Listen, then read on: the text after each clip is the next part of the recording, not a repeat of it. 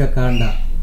Sight seeing నుంచి base క్యాంపుకు వచ్చిన దాదాపు 200 మంది, ఆర్మీ దుస్తుల్లో మార్చింగ్ చేస్తూ వచ్చిన ఉగ్రవాదులు, అదనపు బలగాలుగా భ్రమించిన భద్రతా సిబ్బంది, ఒక్కసారిగా తెగబడిన ఉగ్ర గుంపు, తేరుకున్నలోగానే నేల కొరిగిన డజన్ల సంఖ్యలో పర్యాటకులు, ప్రధాన రహదారికి దూరంగా సైట్ క్యాంప్, అందుబాటులో లేని అంబులెన్సులు, గాయపడిన వారిని గుర్రాలపై భుజాలపై వేసుకుని పరుగులు తీసిన తోటి ప్రయాణికులు.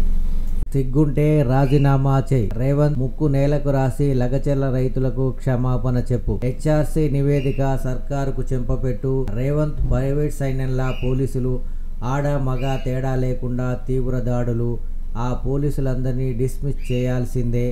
కమిషన్ ఆదేశాలను 6 వారాల్లో అమలు చేయాలి, లేదంటే సుప్రీంను ఆశ్రయిస్తాం.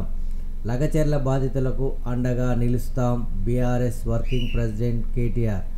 బీఆర్ఎస్ రజతోత్సవ సభకు లగచెర్ల వ్యాసుల విరాళం. కేటీఆర్ కు 1,00,000 అందచేత కృతజ్ఞత తెలిపిన కేటీఆర్. సౌదీలో ప్రధాని మోడీకి జెట్ స్వాగతం. ఫైటర్స్ జెట్ విమానాలతో సాదర ఆహ్వానం. విన్యాసంలో పాల్గొన్న రాయల్ సౌదీ ఎయిర్ ఫోర్స్ చెందిన F-15 విమానాలు. 3 రోజుల పాటు సాగనున్న భారత ప్రధాని సౌదీ పర్యటన.